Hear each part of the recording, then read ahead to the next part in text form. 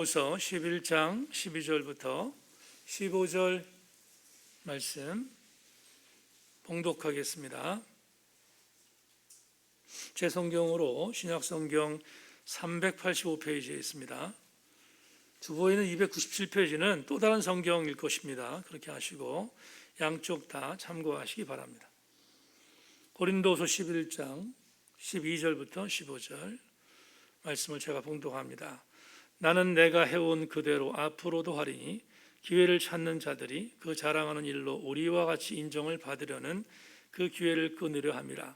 그런 사람은 거짓 사도여 속이는 일꾼이니 자기를 그리스도의 사도로 가장한 자들이니라.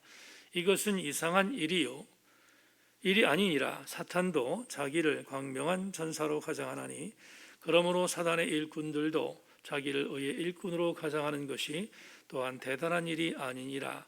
그들의 마지막은 그 행위대로 되리라. 아멘.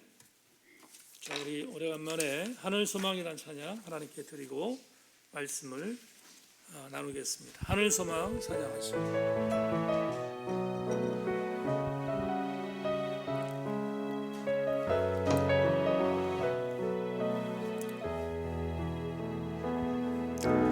지금은 비록 땅을 벗하며 살지라도 내 영혼 저 하늘을 디디며 사네. 내 주님 계신 눈물 없는 곳 저 하늘에 숨겨둔 내 소망이 있네. 부푼 얼굴들 그리운 이름들 많이 생각나. 때론 가슴 터지도록 기다려지는 것.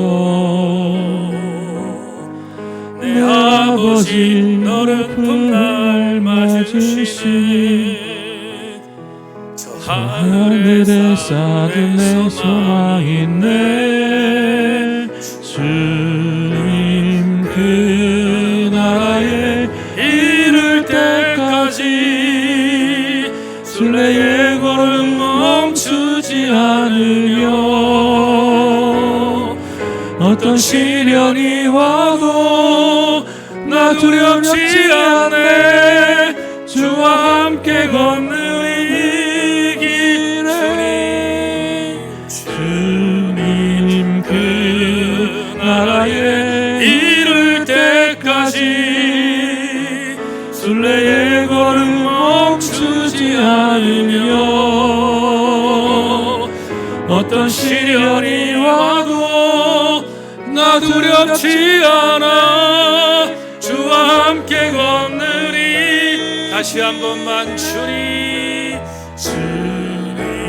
그 나라에 이를 때까지 순례의 걸음 멈추지 않으며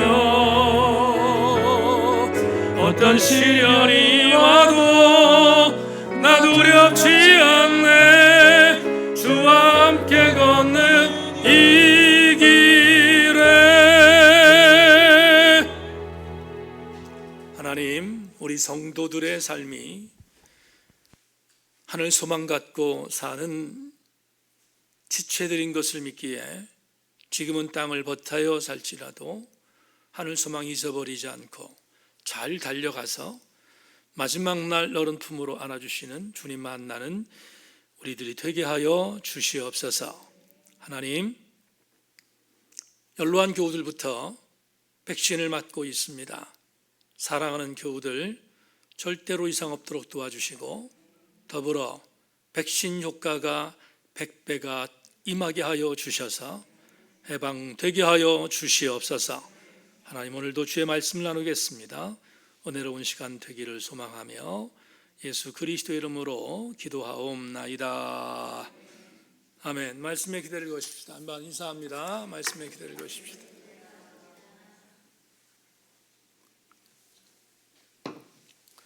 오늘 2021년 4월 18일 고린도후서 42번째 강의의 제목으로 주보에 있는 설교 제목 영적 자존감 지수가 얼마입니까가 아니라 신학적 철학이 있습니까? 이런 제목을 갖고 말씀의 은혜를 나누겠습니다. 여러분 집중하여 은혜 받고 돌아가시기를 주님의 이름으로 소망합니다. 먼저 오늘 설교 제목이 어려워서 교우들에게 죄송함을 전합니다. 그렇지만 다른 제목보다 이 제목이 적절할 것 같아서 어제 사실은 토요일 오전에 영적 자존감 지수가 얼마입니까? 라고 정했다가 이 제목으로 바꿨습니다. 여러분들이 이해해 주시기를 바랍니다. 신학적 철학이라는 단어 설명을 해야 되는데 주일 안예배 때 설명할 수 없습니다. 이거는 그렇게 간단한 문제가 아니기 때문에 짧은 시간에 설명할 수 없어서 오늘 설교의 논외로 두기로 합니다. 다만 이 제목을 해석하기 위해서 좀 쉬운 방법으로 이 신학적 철학이라는 문장을 풀었습니다. 저는 신학적 철학을 그리스도 예수의 신앙을 기초한 올바른 고집이다. 한번 같이 읽습니다. 시작. 신학적 철학이란 그리스도 예수의 신앙을 기초한 올바른 고집이다. 이렇게 정리해 보았습니다. 보통 일주일에 2권의 책을 읽는데 지난 주간 조금 충격적인 책을 주 초반에 읽게 되었습니다. 미국의 맥길 대학의 조직신학자로 사역하고 있는 더글러스 존 하워드가 쓴 그리스도교 다시 묻다라는 제하의 책을 읽었습니다. 조금 무거운 책인데 아니나 다를까 이 책을 읽다가 충격을 받았습니다. 이 책에 기록된 하워드의 이론을 하나 여러분에게 소개하며 설교를 시작하겠습니다. 지금 우리는 전 세계적으로 교회의 영향력이 쇠퇴하고 있음을 심히 걱정하고 있습니다. 많은 지성인들이 교회를 등지고 떠나고 있다는 사실에 당황하고 있습니다. 전 세계 어디를 가나 이런 현상은 이제 주류적인 현상이 되었습니다. 그래서 많은 생각 있는 사람들은 이러다가 교회 문을 닫는 것은 아닌가 심히 애달퍼하고 아파합니다. 저 또한 마찬가지입니다. 그런데 지금 여러분에게 소개할 존 하워드의 지난주 읽었던 책에 대단히 혁명적인 발언을 이 하워드 교수가 하고 있습니다. 우리는 지금 염려한다고 말씀드렸습니다. 우린 지금 애달파한다고 말씀드렸습니다. 그런데 더글라스 존 하워드 교수는 이렇게 말합니다. 이제 정상으로 돌아가고 있다. 이렇게 표현합니다. 여러분, 정상으로 돌아가고 있다는 말이 이 제정신입니까? 지금 전 세계적으로 교회가 위기 속의 위기인데 이게 정상이라니 말이 됩니까? 그런데 하워드의 글을 계속 읽다 보면 와, 그렇구나 하는 생각이 듭니다. 무슨 말인가 하면 그가 이렇게 말한 지론을 지금부터 잠시 설명하겠습니다. 우리는 일반적으로 세계사에서 공부를 했듯이 주 313년에 콘스탄티우스라는 로마의 황제가 땅속에서 핍박받고 있었던 기독교인들을 정식적으로 공인해 줍니다. 그래서 땅 지하에서 있었던 기독교인들이 지상으로 올라온 해가 주후 313년입니다.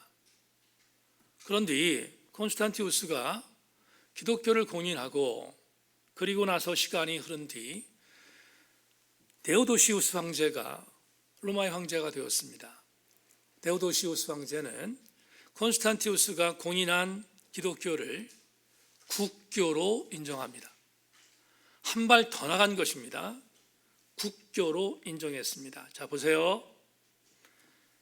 그동안 핍박받는 종교의 대명사였던 기독교가 땅 밑에서 땅 위로 올라왔습니다. 그리고 보란 듯이 이제는 예수를 믿는 것이 자랑이 되었습니다. 그런데 더글라스 존 하워드 교수는 이렇게 갈파합니다. 땅 속에서부터 땅 위에 올라와 기독교가 타락하기 전까지 기독교인의 수는 로마인 전 인구 분포도 10%를 넘어서지 않았다, 이렇게 말합니다. 무엇을 말하는지 이어지는 하워드 교수의 글을 계속해서 소개하겠습니다. 초대교회의 이런 상황은 정상이었다. 그리스도교가 새로운 선교적 상황을 맞닥뜨릴 때마다 이런 상황은 지극히 정상적이었다. 독일 나치 시대의 고백교회에서 철의 장막 뒤에서 그리스도교 신앙을 가졌다는 이유로 탄압을 받은 모든 교회에서 이런 상황 정상이었다. 그리고 한때 그리스도교가 명성을 누렸으나 이제 쇠락의 길을 걷고 있는 유럽과 북미권 교회에서 이런 상황은 정상이다. 많으니가 북미권 교회에서 지극히 정상적인 상황을 받아들이지 못하고 있지만 이제 교회는 정상으로 돌아가고 있는 것이다. 여러분, 아무리 생각해 봐도 일반적인 대세와는 전혀 다른 갈파입니다.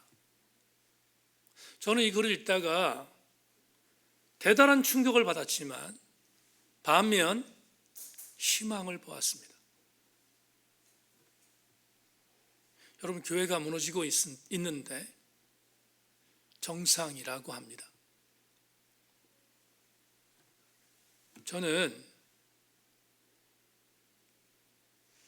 하워드 교수의 이 말을 희망으로 봤습니다. 그리고 동의하기로 했습니다. 정상으로 돌아가고 있다는 이 말을 저도 동의하기로 했습니다. 왜 그렇습니까? 저는 남은 자 사상을 믿는 목사이기 때문입니다. 마지막 때에 남은 자들을 통하여 하나님의 역사가 끝이 나기에 지금 줄어들고 있는 것은 지극히 정상적일 수 있습니다. 이렇게 한번 고민해 보십시다. 역사가 시작된 이래 모든 사람들은 힘이 있는 쪽으로 기웁니다. 생존하기 위해서입니다. 정치, 경제, 모든 영역에서 힘이 있는 쪽에 붙는 것이 지혜로운 일이고 주류를 택하는 것이고 마땅한 일입니다. 그런데 예외가 있습니다. 힘이 있는 쪽이 아닌 반대쪽에 서는 사람도 있습니다. 마치 더글러스 존 하워드의 갈파처럼 비정상처럼 보이는 교회의 상황이 정상이라고 말하는 쪽에 있는 사람도 있습니다. 그럴 때 이런 반대편에 있는 사람들은 둘 중에 한 명입니다. 첫째, 바보 천치든. 둘째, 오늘 설교 제목처럼 분명한 신학적 철학이 있든지 둘 중에 하나입니다. 저는 설교의 서두를 쓸데없는 말로 진행하지 않습니다. 왜 오늘 여러분에게 신학적 철학인 단어를 썼는지 그 이유는 지금부터 설명할 본문 때문입니다. 오늘 본문을 깊이 묵상하다 보면 어떤 측면에서 바울은 대단히 바보 같은 선택을 한 자로 여겨집니다. 그렇지만 지난주 설교와 오늘 설교의 본문 정황을 전제할 때 바울이 바보 같은 선택을 했다고 저는 절대로 동의하지 않습니다. 바울은 바보가 아니었습니다. 도리어 그는 분명한 신학적 철학을 갖고 있었던 믿음의 선배였습니다. 지난주 설교를 잠시 복습해 보겠습니다.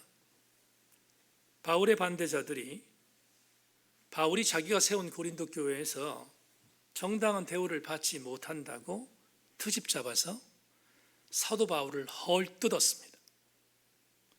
흠집냈습니다. 형편없이 질떨어지는 뜨내기 사도라고 공격했습니다. 도무지 자기가 세운 교회에서 사례를 받지 못하는 저 바울이 어떻게 사도일 수 있느냐라고 폄훼했습니다. 그리고 지난주 설교 제목처럼 무례하게 되었습니다. 그런데 우리는 지난주 설교를 통해서 사도 바울이 그동안의 수비적 자세를 갖고 있다가 공격적 자세로 자기를 변호하고 있다는 사실을 공부하기 시작했습니다. 바울이 바보이기 때문에 사례비를 받지 못했는가? 그렇지 않다고 말씀드렸습니다. 바울은 두 가지 이유 때문에 사례비를 받지 않았습니다. 첫째, 그는 본인의 직업이 있었습니다. 브리스길라 아구라를 통하여 얻었던 텐트를 만드는 직업을 갖고 그는 자기의 업으로 자비랑 선교를 했음을 말씀드렸습니다. 둘째, 자비랑 선교를 했지만 사도 바울을 돕는 이웃들이 있었습니다. 빌립보 교회와 베레아 지역에 세웠던 교회들이 사도 바울을 도왔다고 했습니다. 그런데 11장 9절에서 부족하기 턱이 없다 이렇게 말했습니다. 그 돈 가지고 사도 바울이 경제적으로 생활할 수 없었습니다. 우리 교회에서 17개 교회를 돕습니다. 오늘 대회 선교 모임을 갔는데 어제 대회 선교 모임을 갖기 위해서 대회 선교 회계 지체와 전화를 하게 되었습니다. 그런데 저에게 보고가 왔습니다. 17개 교회 중에서 15개 교회는 정상적으로 선교비가 지급됐는데 2개 교회가 지급되지 않는 것으로 나왔습니다. 제가 그 얘기를 듣고 웬만해서는 싫은 소리를 안 하는 사람인데 그 지체에게 어제는 좀 싫은 소리를 했습니다. 왜 그걸 파악하지 못했냐고. 그랬더니 우리 선교비가 자동이체가 되는데 행정적인 부분에 있어서 미스가 돼서 지난 3개월 동안 두 피선교지에 선교비가 나가지 않았다는 사실을 뒤늦게 알게 돼서 제게 보고한 것입니다. 제가 싫은 소리를 한 이유는 다른 이유 때문이 아닙니다. 여러분, 우린 선교하는 교회지만 선교비를 받는 피선교지의 주의 종들은 그게 생명과 같기 때문입니다.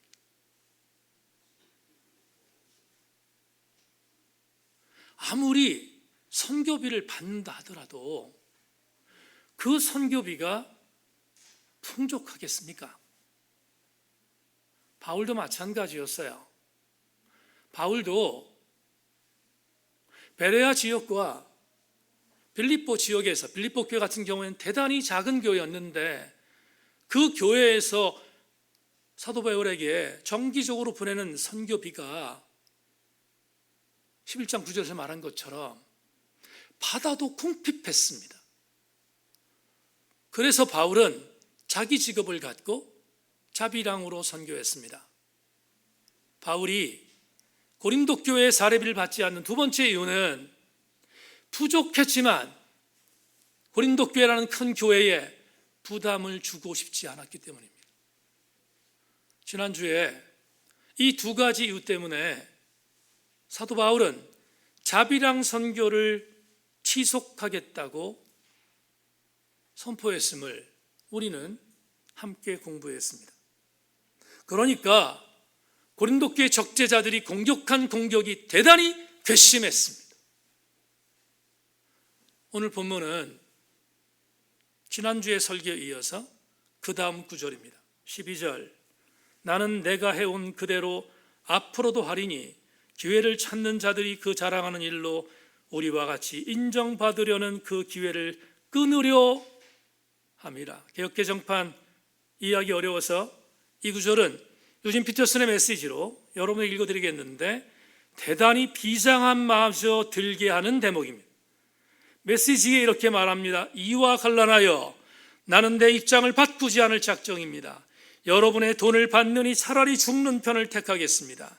나는 악착같이 돈을 모으면서 자신을 특별한 존재로 자처하는 설교자들과 한통 속으로 취급할 빌미를 누구에게도 주지 않을 것입니다. 고린도 교회 적대자들은 자기 합리화를 통하여 돈을 긁어 모았습니다. 그러면서도 사도 바울이 정당한 사례를 받지 않는 것을 통하여 사도 바울을 폄훼했습니다. 바울이 얼마나 열이 받았는지 바울이 말합니다. 내가 여러분의 돈을 받느니 차라리 죽는 편을 택하겠습니다. 바울이 왜 이 정도로 단호하게 결심했을까? 이어지는 13절부터 15절 말씀을 전반절까지 읽겠습니다.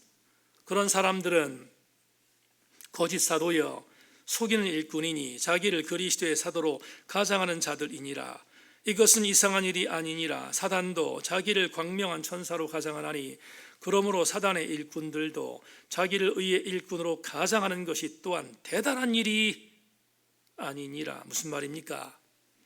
바울은 거짓 사도들도 들끓고 있는 고린도 교회에 치사한 돈을 받지 않겠다는 것입니다. 마땅한 사례임에도 불구하고 자기를 폄훼하고 있는 거짓 사도들에 의한 작태를 받아들일 수 없다는 것입니다. 오늘 본문에서 바울은 고린도 교회에 자기를 공격하는 자들을 여러 단어로 표현했습니다.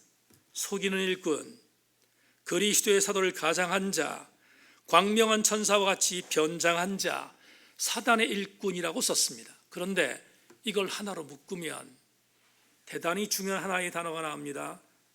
거짓 사도입니다. 거짓 사도들에게 치사한 물질을 받지 않겠다는 것입니다. 여러분, 얼마 전에 서울시장, 부산시장 선거가 있었습니다. 정치인들이 가장 잘 쓰는 단어 중에 네거티브 공세라는 단어가 있습니다. 이번 선거도 예외가 아니었습니다.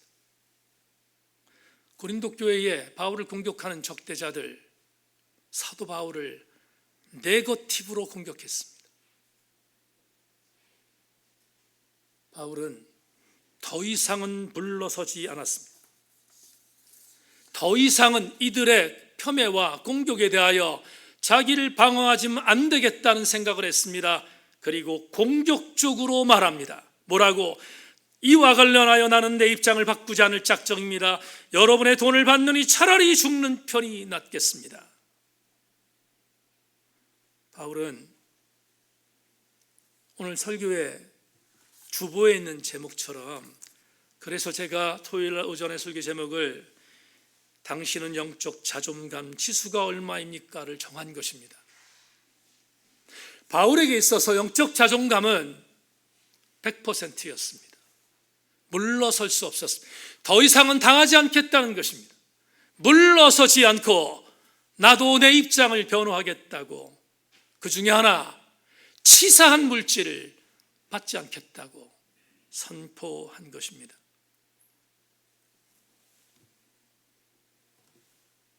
상당한 액수의 물질을 고린도 교회를 통해 공급받는 저들이 자기들의 물질적인 취득이 너무나 당연한 합당한 것임을 자인하기 위해서 바울의 자격을 온은한 저희가 대단히 사악했음을 보고 바울도 좌시하지 않은 것입니다. 물질에 있어서 청렴하고 도리어 솔선수범하고 있는 바울은 나쁜 죄를 갖고 물질로 자신을 공격하는 적재들의 소위를 더 이상 묵과하지 않은 것입니다. 그래서 바울은 다소 거친 표현이지만, 그리고 분명히 방어적인 논리였지만 도리어 강하게 적대자들의 치산 행위를 지적한 셈이 오늘 본문에 있습니다. 사랑하는 여러분, 당부할 게 하나 있습니다.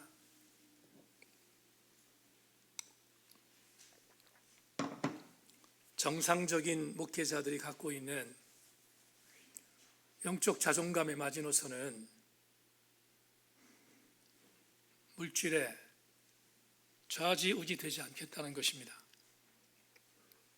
이 말은 물질 갖고 장난질하는 것에 대해서 좌시하지 않겠다는 것이 목회자들의 마지막 마지노선입니다.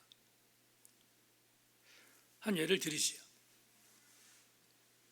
제가 1989년 전담전 사역을 마치고 1989년 12월에 첫 번째 단독 목회지로 담임 목회 사역을 나갔습니다.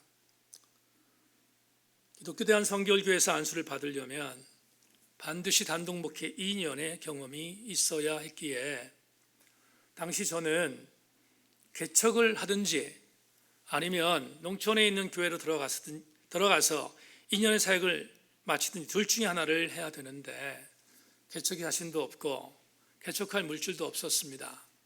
그래서 고향을 가지 않고 밀양으로 단독 목회를 떠났습니다.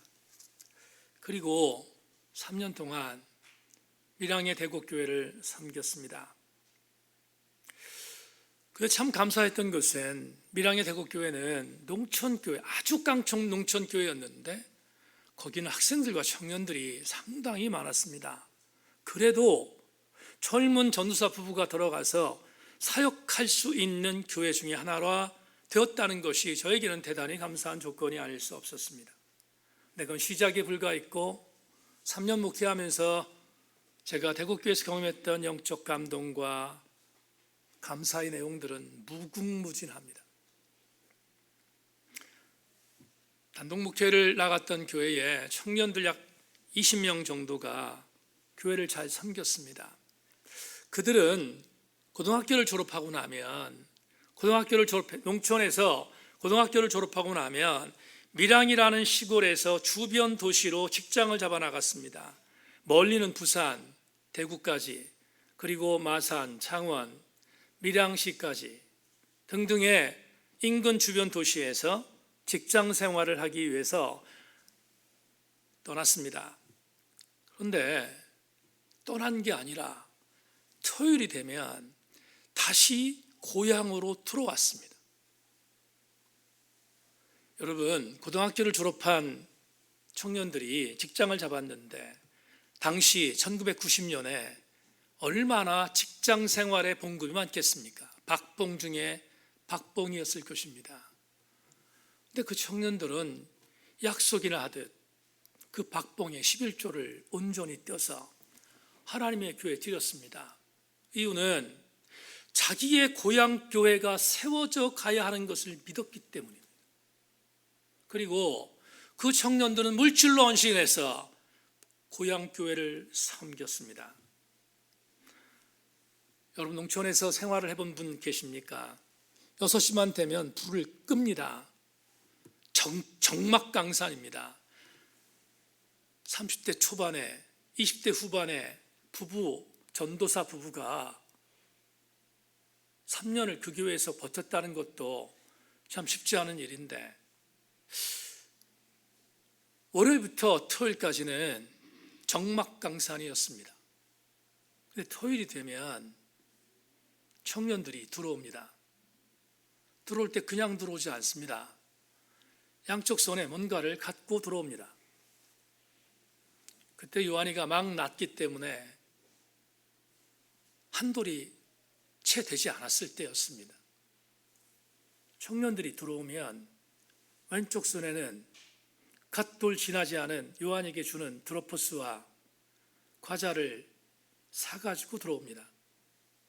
왜냐하면 제가 있었던 농촌에는 상점이었기 때문입니다.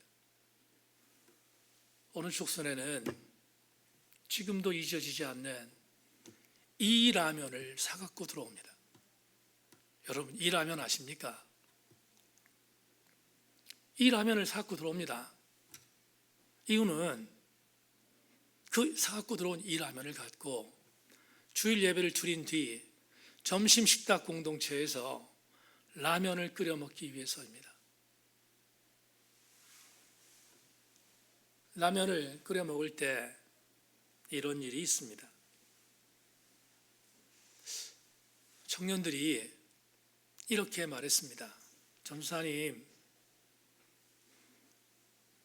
농촌생활 한 번도 해본 적이 없는데, 서울뿐이고 인천뿐인데 이렇게 우리 위해서 깡농촌에 와서, 아무도 없는 이곳에 와서 우리를 위해서 말씀을 증거해 주시고 목회하는 것이 너무 감사한데 이 라면을 대접할 수밖에 없어서 너무 죄송합니다.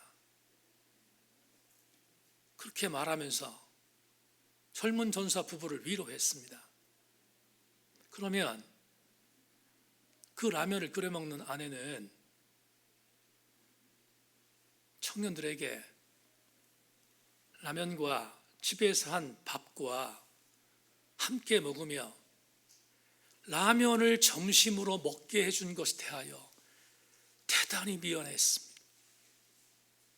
청년들은 라면 갖고 점심을 때우고 아내는 라면을 대접할 수밖에 없었던 상황에 대한 경제적인 어려움이 있었던 교회에 그 아픔을 나누었습니다. 지금도 아내는 대국교회 얘기를 하면 그 당시 라면으로 아이들을 먹일 수밖에 없었던 그 안타까움에 대단히 미안해합니다. 3년 동안 있는 어간 제가 받았던 자급은 월 7만 원이었습니다. 사례비를 받는 날이 되면 재정을 맡았던 자매가 봉투에다가 7만 원을 담아가지고 담임 전도사 가정으로 가지고 옵니다. 들어올 때 얼굴을 들지 못합니다. 그리고 이렇게 말합니다. 전사님, 우리도 전사님보다 훨씬 더 월급을 많이 받는데 전사님 생활에 생색나기에 월 7만 원의 사급비를 드리는 것이 너무나 죄송합니다. 얼굴을 들지 못하고 부끄러워하며 죄송해합니다. 그러면 그 7만 원 담겨있는 그 봉투를 앞에 두고 저는 눈물로 기도했습니다. 하나님, 이 7만 원 7만 원이 아니라 아이들의 피입니다. 그리고 아이들에게 복 주십시오. 그리고 아이들을 강복했습니다. 사례비를 받는 날이면 눈물바다가 된 적이 한두 번이 아닙니다. 지금 대국교회를 담임하는 목사 사모님이 저에게 7만 원을 갖다 주며 얼굴을 들지 못했던 그 자매입니다.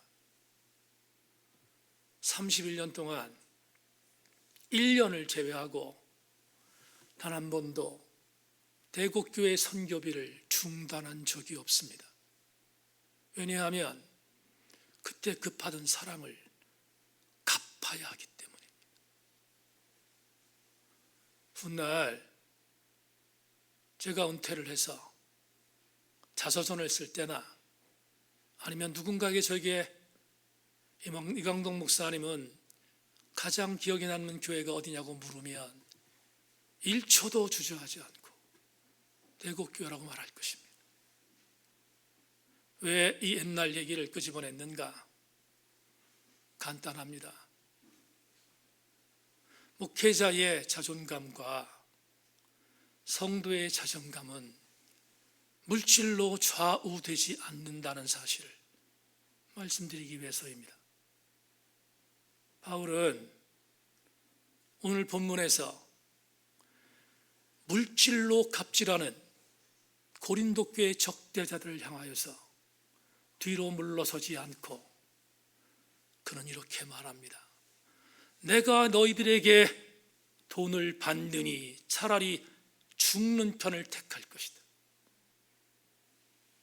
사도 바울의 엄청난 신학적 철학이지 않겠습니까? 그는 얼마나 철저하게 고린도 교회를 사랑했는지 보여주는 오늘 본문이 우리에게 제시해 주는 감동입니다. 그렇다면 이상의 본문을 통하여 오늘 4월 세 번째 주 여러분과 나눌 영적인 교훈을 문장으로 받겠습니다. 자막 보죠.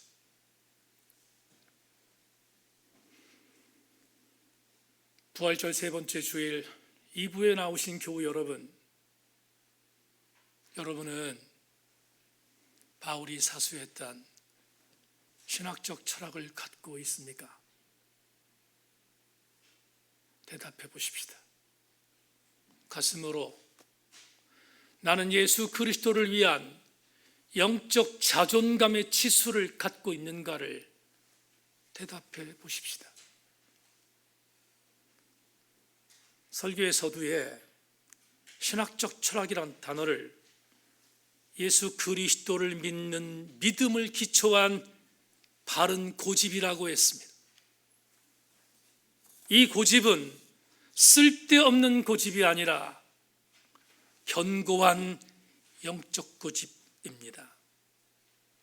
이 영적 고집을 세속적인 것과 타협하지 말고 물러서지 말아야 합니다.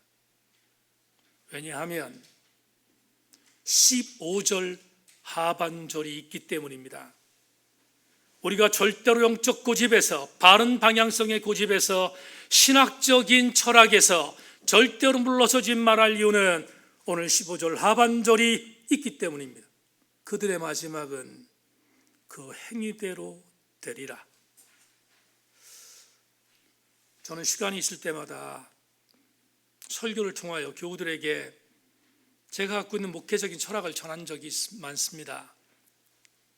하나님 앞에서 계산하는 자는 하나님 마지막 날 계산하지만 하나님 앞에서 계산하지 않는 삶을 산 사람은 마지막 날 하나님도 나를 계산하지 않는다는 것이 제가 갖고 있는 목회적 철학입니다. 여러분에게 우격다짐으로 이 말씀을 전한 것이 아닙니다. 이 말씀에 근거했기 때문입니다. 주님이 12명의 제자를 부르시고 그들의 사역을 점검하는 어느 날 제자들에게 이렇게 말씀하셨습니다. 마태복음 10장 32절 누구든지 사람 앞에서 나를 시인하면 나도 하늘에 계신 내 아버지 앞에서 그를 시인할 것이요 누구든지 사람 앞에서 나를 부인하면 나도 하늘에 계신 내 아버지 앞에서 그를 부인하리라. 이것이 우리 그리스도인이 가져야 할 신학적 철학이지 않겠습니까? 대국교회에서 목회하는 어느 날, 날마다 은혜 속에 있던 어느 날 전도서를 읽게 되었습니다. 전도서를 읽는데 전도서에서 이런 말씀을 만나게 되었습니다. 전도서 5장 10절 은을 사랑하는 자는 은으로 만족하지 못하고 풍요를 사랑하는 자는 소득으로 만족하지 아니하나니 이것도 헛되도다.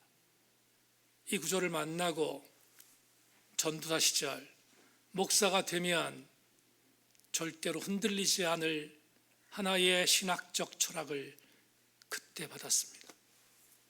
물질의 노예가 되지 말자는 것입니다. 어떤 일이 있어도 물질은 우리를 만족할 수 없음을 전도서 기자가 말하고 있지 않습니까? 예수께서 하나님 나라의 비밀을 가르치는 어느 날 주님께서 하나님 나라는 이런 곳이야 라고 가르쳤다. 그 장소에 무리 중에 한 사람이 훌쩍 나서서 주님께 이렇게 질문을 합니다. 누가복음 12장 13절 무리 중에 한 사람이 이르되 선생님 내 영을 명하여 유산을 나와 나누게 하소서 하니 아마도 이 사람은 둘째 아들이었던 것 같습니다. 유대율법에 따라서 소천한 아버지가 큰아들에게는 3분의 1을, 작은아들에게는 3분의 1을 주었던 것입니다. 틀리지 않습니다. 그런데 주님이 말씀하시는 그 장소에서 주님에게 이렇게 말합니다. 선생님, 내가 주님을 따르고 싶은데 한 가지 선생님이 해주십시오. 내 형에게 명령해서 3분의 1을 받은 것 중에 내 몫을 좀 달라고 말해 주십시오 라고 주께 요청합니다. 그러자 주께서 다른 여느 때와 달리 대단히 강한 어조로 이 사람을 나무랍니다. 이렇게 이르시되 이 사람아, 누가 나를 너의 재판장이나 물건 나누는 자로 세웠느냐 하시고 그들에게 이르시되 삼가 묻은 탐심을 물리치라. 사람의 생명이 그 소유에 넉넉한데 있지 아니하리라. 주님은 대단히 단호하게 이 사람을 야단친 이유가 물질 갖고 주님을 저울질했기 때문입니다. 교우 여러분, 바울도 예수님도 물질 갖고 장난질하는 것은 용서하지 않았습니다. 우리 오늘 이 시간에 이런 각오를 다져야 합니다. 적어도 그리스도인으로 살아가는 신학적 철학을 갖고 있는 자라면, 마지막 날 행한 대로 심판한다는 주님을 믿는다면 어떤 일이 있어도 물질 갖고 장난하면 안 됩니다. 그리고 물질 앞에 정직해야 합니다. 말씀을 맺겠습니다. 제 책에도 소개했던 나태주라는 시인이 있습니다. 이 시인이 아름다운 시를 하나 썼는데 여러분에게 선물로 드리겠습니다. 제목, 사랑의 답함. 예쁘지 않은 것을 예쁘게 보아주는 것이 사랑이다. 좋지 않은 것을 좋게 생각해 주는 것이 사랑이다. 싫은 것도 잘 참아주면서 처음만 그런 것이 아니라 나중까지, 아주 나중까지 그렇게 하는 것이 사랑이다. 전 언제든지 시인들을 천재라고 정의해야 합니다. 천재가 아닌 이상 이런 시어들을 지어낼 수 없습니다. 나태주 시인의 이 시를 읽다가 이 생각이 들었습니다. 적어도 세속의 아름다움을 노래하는 시인들도 이 정도의 철학이 있는데, 마지막 날 심판을 믿는 그리스도인들이 신학적 철학이 없다면 그가 어떻게 그리스도인일 수 있겠습니까? 오늘 부활절 세 번 주일날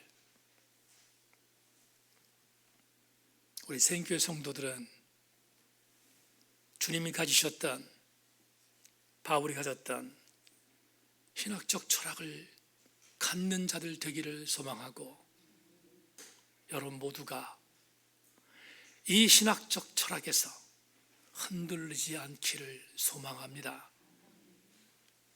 그래서 그랬는지 팀 켈러가 이렇게 말한 것은 정답입니다.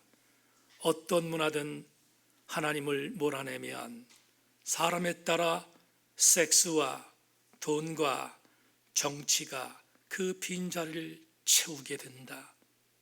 저는 우리 교회 교우들 중에 단 한 명도 주의 자리를 내쫓지 않아 신학적 철학을 갖고 달려가며 혹여나 주님을 내쫓아 돈이 주님의 자리를 되찾는 성도 단 한 명도 없기를 주님의 이름으로 축원합니다.